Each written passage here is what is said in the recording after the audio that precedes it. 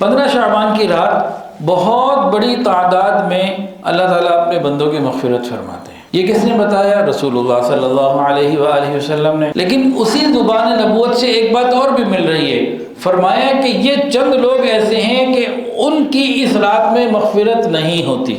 کچھ لوگ ایسے ہیں کہ جن کی اس رات میں بھی مغفرت نہیں ہوتی۔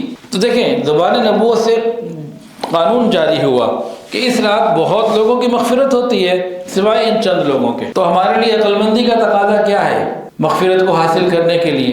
کہ ہم یہ معلوم کریں کہ یہ چند لوگ کون ہیں، کہ میں ان میں سے تو نہیں ہوں۔ دیکھیں، مثال کے طور پر حدیث میں آتا ہے اللہ تعالیٰ اس رات بہت لوگوں کی مغفرت کرتے ہیں لیکن مشرک کی نہیں کرتے۔ تو شرک سے بچنا ضروری ہے کہ نہیں؟ اسی طرح فرمایا کینہ اور بغض رکھنے والا، اس کی بھی مغفرت نہیں ہوتی۔ رشتہ داریاں توڑنے والا، اس کی بھی مغفرت نہیں ہوتی۔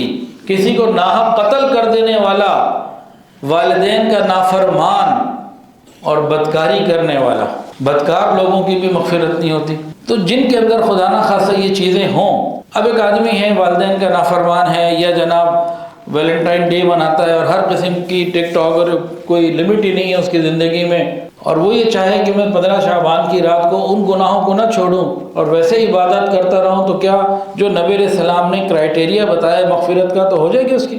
انسان کامن سینس کو یوز کرتا ہے نا، تو سمجھ میں آتی ہے کہ ہمیں ان چیزوں سے بچنا ہے۔ اگر ہم ان چیزوں سے بچ گئے تو انشاءاللہ تعالیٰ پوری امید ہے کہ اللہ کی رحمت ملے گی، اور نہ بچے تو پھر اطمینان رکھیں ہماری نہیں ہونی، پھر جن کی ہونی ہے ان کی ہو جائے گی۔